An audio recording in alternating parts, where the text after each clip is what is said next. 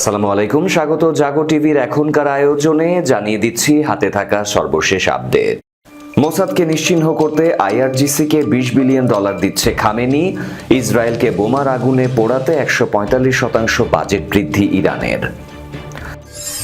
লন্ডনে বাংলাদেশের দূতাবাসকে রক্ষা করল শিখরা, বিজেপি সমর্থকদের সাথে সংঘর্ষ। এবার ভারতের সম্প্রতি মুসলিম ও খ্রিস্টান সহ সংখ্যালঘু হত্যা ও নির্যাতনের ঘটনায় গভীরভাবে উদ্বেগ প্রকাশ করেছে বাংলাদেশ।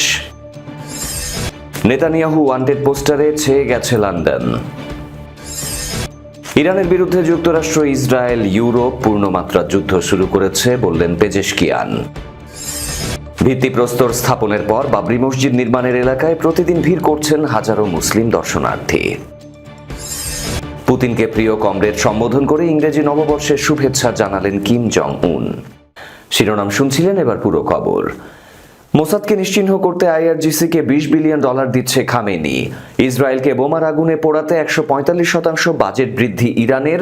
নিষেধাজ্ঞার মধ্যেও ইরানের প্রতিরক্ষা বাজেটের রেকর্ড বৃদ্ধি। ক্ষেপণাস্ত্র, ড্রোন ও গোয়েন্দা তৎপরতা জোরদারে $1 বিলিয়ন বিনিয়োগ।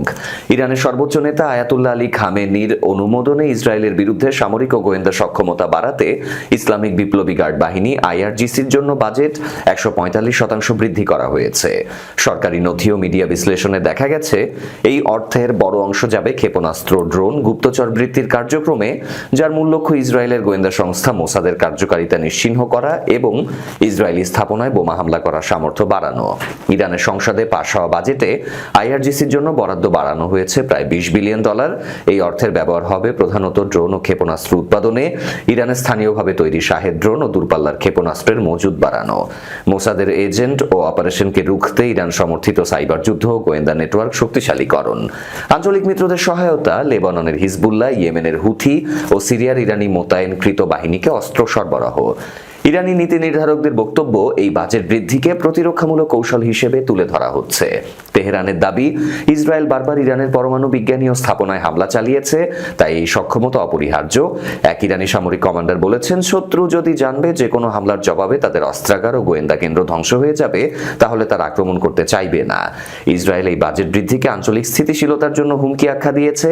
ইসরায়েলের প্রতিরক্ষা মন্ত্রণালয়ের এক মুখপাত্র বলেছেন, ইরান সরাসরি যুদ্ধের বদলে গুপ্তচর বৃত্তি ও প্রক্সি যুদ্ধের মাধ্যমে অস্থিতিশীলতা ছড়াচ্ছে।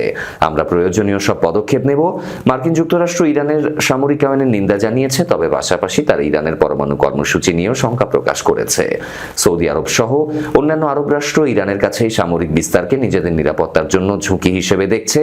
বিশ্লেষকদের মতে ইরান সরাসরি যুদ্ধ চায় না, বরং প্রতিশোধের ভয় দেখিয়ে ইসরায়েলকে সংযত করতে চায়। তবে এই সামরিকায়ন আঞ্চলিক হামলা পাল্টা হামলার চক্র বাড়িয়ে দিতে পারে, যা যে কোনো সময় বড় সংঘর্ষের রূপ নিতে পারে।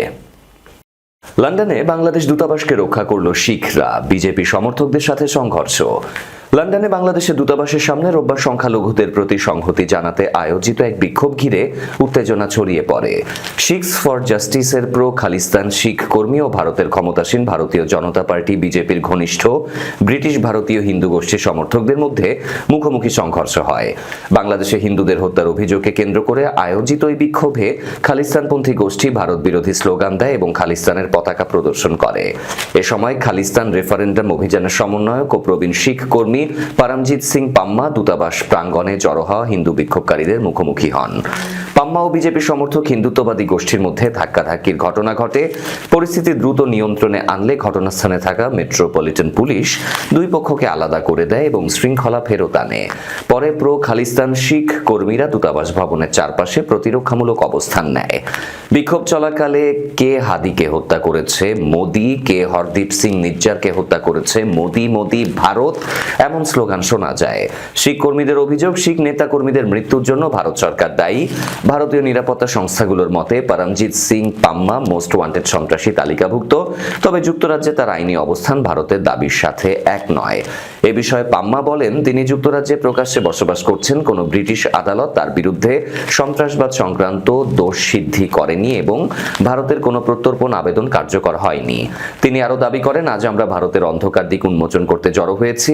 ভারত নিজ দেশে শিখ, মুসলিম ও খ্রিস্টানদের নিপীড়নে জড়িত, তাই বাংলাদেশকে মানবাধিকার লঙ্ঘনের দায় চাপাতে পারে না। খালিস্তান রেফারেন্ডামের পরবর্তী ধাপে আমরা ভারতের শিখদের বিরুদ্ধে সংঘটিত নিপীড়নের পূর্ণ চিত্র তুলে ধরব।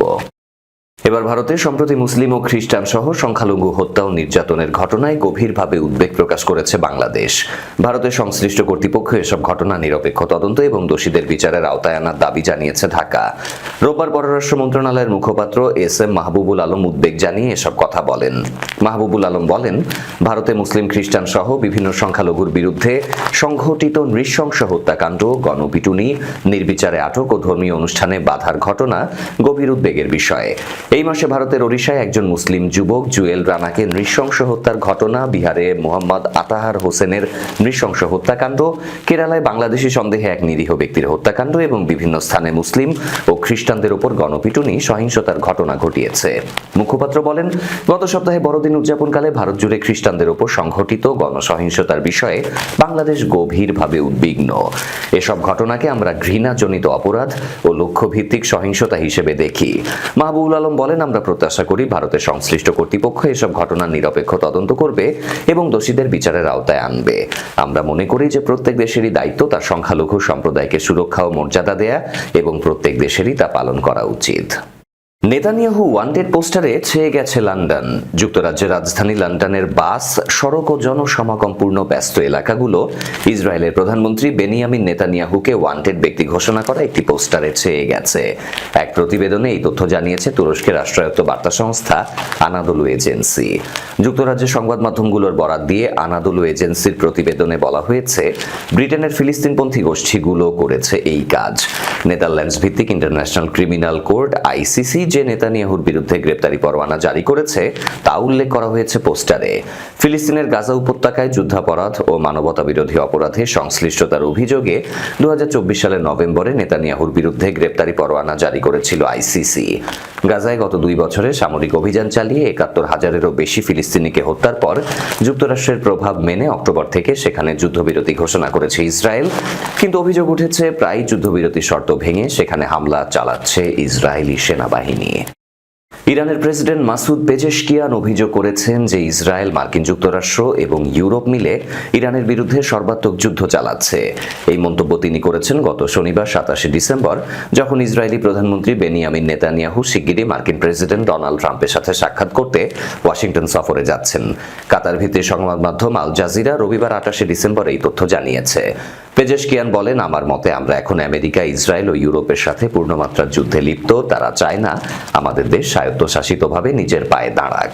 তবে তিনি হুঁশিয়ার দিয়ে উল্লেখ করেন, যদি আবার হামলা হয় তেহরান আগের চেয়ে আরো শক্তিশালী জবাব দেবে। তিনি বলেন, আমাদের প্রিয় সামরিক বাহিনী শক্তভাবে দায়িত্ব পালন করছে। সব সংকট থাকা সত্ত্বেও এখন তাদের সরঞ্জাম এবং জনবল দুই দিক থেকেই বেশি শক্তি আছে। ইরানের প্রেসিডেন্ট আরও বলেন, বর্তমান সংঘাত 80 দশকের ইরাক-ইরান যুদ্ধের চেয়েও ভয়াবহ হবে। তিনি দাবি করেন, পশ্চিমা শক্তি এবং ইসরায়েলের বিরুদ্ধে লড়াই শুধুমাত্র সামরিক নয়, বরং এতে নিষেধাজ্ঞা, কূটনীতি এবং নিরাপত্তার সমন্বিত যুদ্ধ মোকাবিলা করতে হচ্ছে। এই সংঘাতের পেছনে ইরানের সর্বোচ্চ ধর্মীয় নেতা আয়াতুল্লাহ আলী খামেনি দেশটির যুব সমাজকে প্রতিরোধের শক্তি হিসেবে তুলে ধরেছেন। খামেনি বলেন, মার্কিন ইসরায়েলি চাপ মোকাবিলায় তরুণদের সাহস ও আত্মত্যাগী তেহরানকে টিকিয়ে রেখেছে। তিনি বলেন, লড়াইটা শুধু পারমাণবিক ইস্যু নয়, এটি বৈশ্বিক আধিপত্যের বিরুদ্ধে অবস্থান। এদিকে ইরাক তেহরান ও ওয়াশিংটনকে সরাসরি সংলাপে ফেরানোর চেষ্টা করছে। দেশটির প্রধানমন্ত্রী মোহাম্মদ শিয়া আল সুদানি জানিয়েছেন, দুই পক্ষের মধ্যে বিশ্বাসের ঘাটতি আলোচনার পথে বড় বাধা হিসেবে দাঁড়িয়েছে। তথ্যসূত্র আল জাজিরার। ভারতের মুর্শিদাবাদে বাবরি মসজিদের আদলে মসজিদ নির্মাণের এলাকায় প্রতিদিনই ভিড় করছেন হাজারো মুসলিম দর্শনার্থী। অনেকে অস্থায়ী মসজিদে নামাজ আদায় করছেন। দেশটির বিভিন্ন প্রান্ত থেকে যাওয়া মানুষ এই মসজিদ নির্মাণের জন্য অর্থ প্রদান করছেন। পশ্চিমবঙ্গের মুর্শিদাবাদে বাবরি মসজিদের আদলে একটি মসজিদের ভিত্তিপ্রস্তর স্থাপনের পরই এলাকাটি কার্যত মুসলিম দর্শনার্থীদের আগ্রহের কেন্দ্রে পরিণত হয়েছে। প্রতিদিন এখানে আসছেন অসংখ্য মানুষ। এমনকি পরিস্থিতি নিয়ন্ত্রণে রাখতে জেলা পুলিশকে বাড়তি ফোর্স মোতায়েন করতে হয়েছে। 12 নম্বর জাতীয় সড়ক ঘেঁষে এই মসজিদ নির্মাণ হবে, ফলে খুব সহজেই বাস যাত্রীরাও এসে নামাজ আদায় করতে পারবে। অনেকে এরই মধ্যে এখানে গড়ে ওঠা অস্থায়ী মসজিদে নামাজ আদায় করছেন। বিভিন্ন প্রান্ত থেকে যাওয়া মানুষেরা বলছেন, আমরা নিজেদের টাকায় মসজিদ নির্মাণ করছি, কারো কাছ থেকে টাকা নিচ্ছি না। একই একই কথা আরেকজন বলছেন, আল্লাহর কাছে আমরা ফরিয়াদ করলাম যেন সুষ্ঠুভাবে সরলভাবে আমাদের এই মসজিদটা হয়। মসজিদ নির্মাণের স্থানে প্রতিদিন অসংখ্য মানুষের সমাগমে গড়ে উঠেছে একটি অস্থায়ী মেলা প্রাঙ্গণও। বিক্রি হচ্ছে বাবরি মসজিদের স্টিকার, টি শার্ট। ভিত্তিপ্রস্তর স্থাপনের দিন থেকেই বিভিন্ন প্রান্ত থেকে আসা হাজারো মানুষ মসজিদ নির্মাণের জন্য অর্থ দান করছেন। এমনকি 1000 কিলোমিটার দূর থেকেও মানুষ 1-2টি করে ইট নিয়ে আসছেন। মসজিদ নির্মাণের জন্য সরকারি কোনো অনুদান নেওয়া হবে না বলে জানিয়েছেন সংশ্লিষ্টরা। 2025 সালে নববর্ষ উপলক্ষে রাশিয়ার প্রেসিডেন্ট ভ্লাদিমির পুতিনকে বিশেষ শুভেচ্ছা বার্তা পাঠিয়েছেন উত্তর কোরিয়ার সর্বোচ্চ নেতা কিম জং উন।